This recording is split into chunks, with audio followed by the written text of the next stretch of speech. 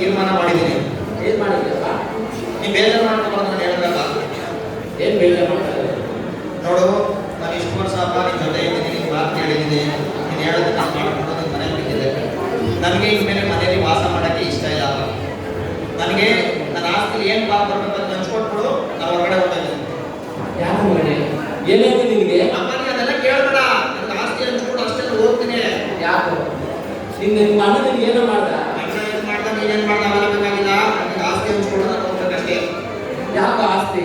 ಊಟ ಅಣ್ಣ ತಮ್ಮ ಬೆಳಿಗ್ಗೆ ಆಯ್ತು ಮಾತು ಪ್ರೂವ್ ಮಾಡಬೇಡ. ನಿಮ್ಮ ಅಣ್ಣ ನೀನು ಒಟ್ಟಿಗೆ ಇರು, ಆಸ್ತಿ ಎಲ್ಲ ನಿಂದೆ. ಅಪ್ಪ ನೀನು ಆಸ್ತಿ ಹಂಚ್ಕೊಟ್ರೆ ಸರಿ, ಇಲ್ಲ ಅಂದ್ರೆ ನಾನು ಜೀವಸಹಿತವಾಗಿರಲ್ಲ, ನಾನು ಸತ್ತೋಗ್ತೇನೆ. ಬೇಡ, ಹಂಗೆ ಮಾಡಬೇಡ. ನನಗೆ ಇವಾಗ ಜಾಸ್ತಿ ಹಂಚ್ಕೊಡು. ನಾನು ನಿನಗೆಲ್ಲ ಕೊಡ್ತೀನಿ, ನಿನ್ನ ಆಸ್ತಿ ಕೊಡ್ತೀನಿ. ನಾನು ಬಿಟ್ಟು ಬರ್ಕೊಂಡು ನಾನು ಇಲ್ಲೇ ಹೇಳಿ.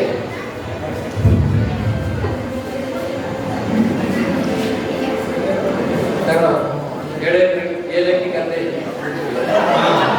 250 ನಮ್ಮ ಅಪಾರ್ಟ್ಮೆಂಟ್, 350 ತಂದಿ, 450 ಅಂದಿ ಎಲ್ಲ ಬೇಕಾಗಿಲ್ಲ. ಇವ್ರ ಅಪಾರ್ಟ್ಮೆಂಟ್ ಇದರ ಅಡಿಕೆ ತೋಟ ಎಲ್ಲ ಬರ್ಕೊಂಡು ಅಂದಿ ನಿಮ್ಮ ಮಣ್ಣ ದೊಡ್ಡವಿದ್ದ ನಾವು ಕೊಡೋ ಸಾಲಕ್ಕೆ ಆಯ್ತು.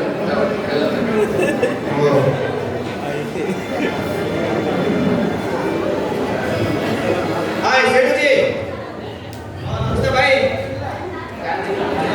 ಹೇಗಿದೆ? ಇಲ್ಲಿ ನೋಡಪ್ಪ, ಒಂದು ಆಸ್ತಿ ಪತ್ರ ಇದೆ. 4 ಎಕರೆ ಯಾಲಕ್ಕಿ ತೋಟ, ಒಂದು 4 ಎಕರೆ ಅಡಿಕೆ ತೋಟ, ಇದ್ರ ಪತ್ರ ಎಲ್ಲ ಕೊಡ್ತಾ ಇದ್ದೀನಿ. ಇದನ್ನ ಎಷ್ಟು ಬೇಕಾದ್ರೂ ಸೇಲ್ ಮಾಡ್ಕೋ. ಸೇಠುಜಿ, ಅದು ನನಗೆ ಇವಾಗ 5 ಲಕ್ಷ ಅಮೌಂಟ್ ಬೇಕು.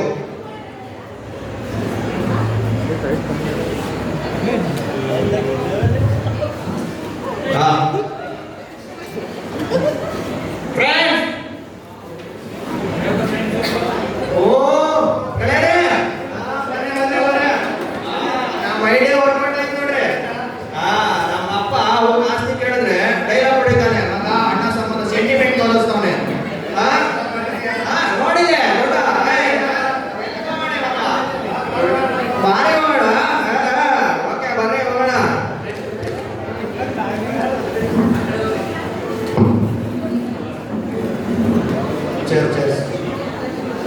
ಬರ್ತಾರೋಣ.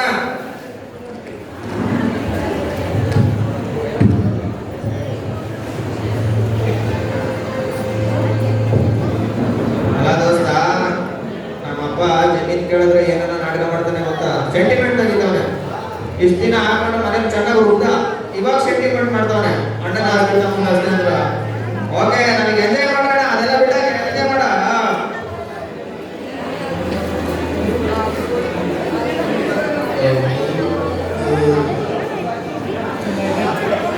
ರೂಮ್ ಮಾಡಿದ್ಯೇನೋ? ರೂಮ್ ಮಾಡಿದ್ಯಾ? ನಡೆ.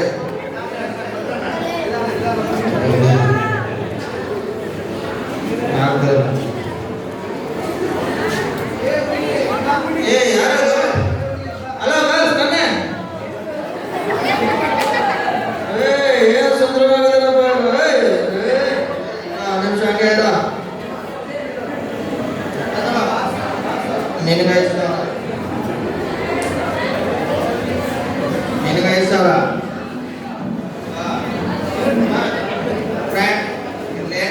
ಈಗ ನನ್ನ ಕರ್ಕೊಂಡು ಅವ್ರು ರೂಮ್ ಬಿಡಿ, ನನಗೆಲ್ಲ ಆಗ್ತಾ ಇಲ್ಲ, ಫುಲ್ ಟೈಟ್ ಆಗ್ಬಿಟ್ಟಿದ್ದೀನಿ.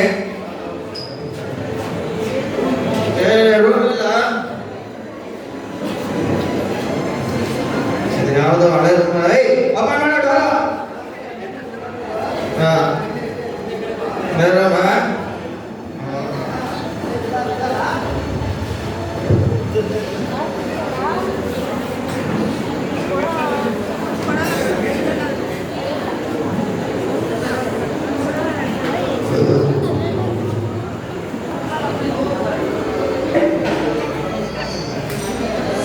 ಎಲ್ಲೋದ್ರಪ್ಪ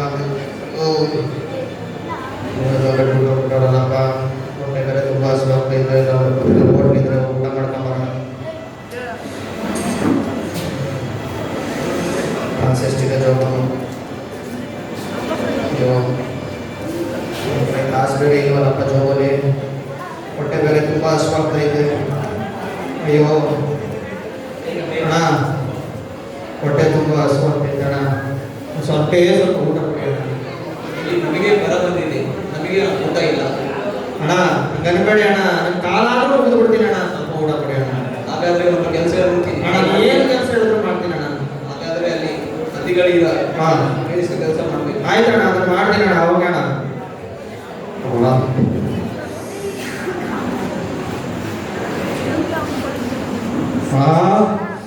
ಈ ಹಂದಿಗಳು ತಿನ್ನೋ ಕಾಯಿ ಆದ್ರೂ ಇಲ್ಲ ಆಯ್ತಲ್ಲಪ್ಪ ಅಯ್ಯೋ ಇದನ್ನಾದ್ರೂ ತಿನ್ನಿಲ್ಲ ಹೊಟ್ಟೆನಾದ್ರೂ ತುಂಬಿಸ್ಕೊಂಬಿಡೋಣ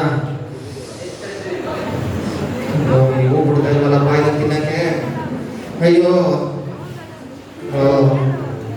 ನನ್ನ ತಂದೆ ಮನೇಲಿ ಎಷ್ಟೊಂದು ಸುಖ ಇತ್ತು ನನಗೆ ನನ್ನ ತಂದೆ ಮನೇಲಿ ಎಷ್ಟೊಂದು ಆಳುಗಳೆಲ್ಲ ಕೆಲಸ ಮಾಡ್ತಿದ್ರು ನಾನು ಆ ಪರಲೋಕದ ದೇವರಿಗೂ ನನ್ನ ತಂದೆಗೂ ವಿರುದ್ಧವಾಗಿ ಪಾಪ ಮಾಡಿ ಇಷ್ಟೊಂದು ನಾನು ಶಿಕ್ಷೆ ಅನುಭವಿಸ್ಬೇಕಾಗಿ ಬಂದಿಲ್ಲ ನಾನು ತಿರುಗಿ ನನ್ನ ತಂದೆ ಮನೆಗೆ ಹೋದರೆ ನನ್ನ ತಂದೆ ನನ್ನ ಸೇರಿಸ್ಕೊಳ್ತಾರೆ ನನ್ನ ತಂದೆ ಮನೆಗೆ ಹೋಗೋದೇ ಇನ್ನೂ ಒಳ್ಳೆಯದು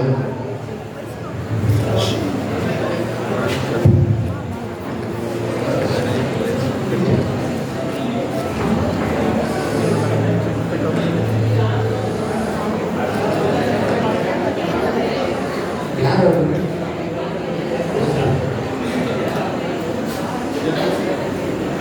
ಲೋ ಮಗನೇ ಅಪ್ಪ ಅಯ್ಯೋ ನನ್ನ ಕಂದ ಅಯ್ಯೋ ಅಪ್ಪ ಹೀಗಾಗಿದೆಯಾ ಅಪ್ಪ ಅಯ್ಯೋ ದಿನಕ್ಕೆ ಒಂದ್ಸರಿ ಬೇರೆ ತಿನ್ಕೊಂಡು ಒಳ್ಳೆ ಮಜಬೂತ್ ಕಡೆಗಿದೆಯಲ್ಲ ಯಾಕೆ ಹೀಗಾಗಿ ಸುಟ್ಟೋಗಿದೆಯಲ್ಲ ಮಗನೇ ಅಪ್ಪ ಹೊಟ್ಟೆ ಹಸು ಅಪ್ಪ ಏನಾಯ್ತಪ್ಪ ನಾನು ಪರಲೋಕದ ದೇವರ ವಿರುದ್ಧವಾಗಿಯೂ ನಿನಗೆ ವಿರುದ್ಧವಾಗಿಯೂ ಪಾಪ ಮಾಡಿದ್ದೇನೆ ಅಪ್ಪ ನಾನು ನಿನ್ನ ಮಗನಾಗಿರೋದಕ್ಕೆ ಯೋಗ್ಯನಲ್ಲ ನನ್ನನ್ನು ಹಾಳಾಗಿ ಸ್ವೀಕಾರ ಮಾಡು ಅಪ್ಪ ಹಾಳಾಗಿ ಸ್ವೀಕಾರ ಮಾಡು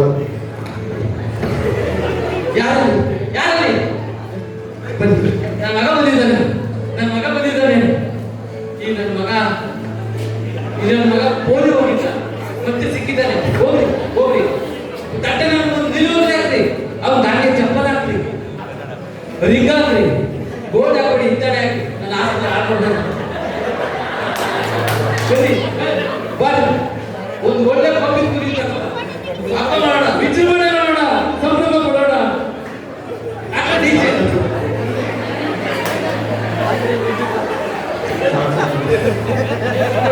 ಹಬ್ಬ ಮಾಡೋಣ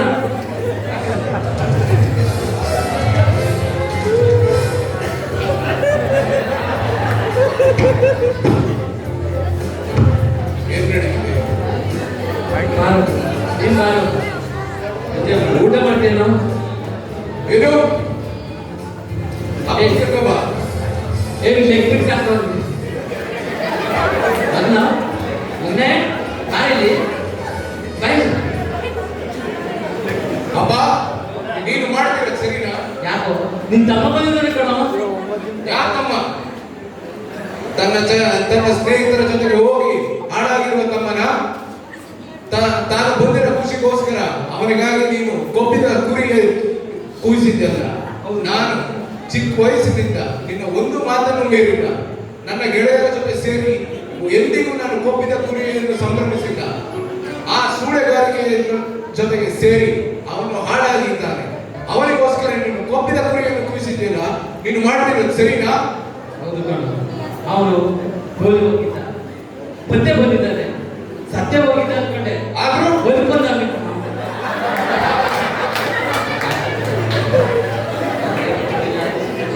ಕೇಳಿಕೊಂಡಿರಲ್ಲ.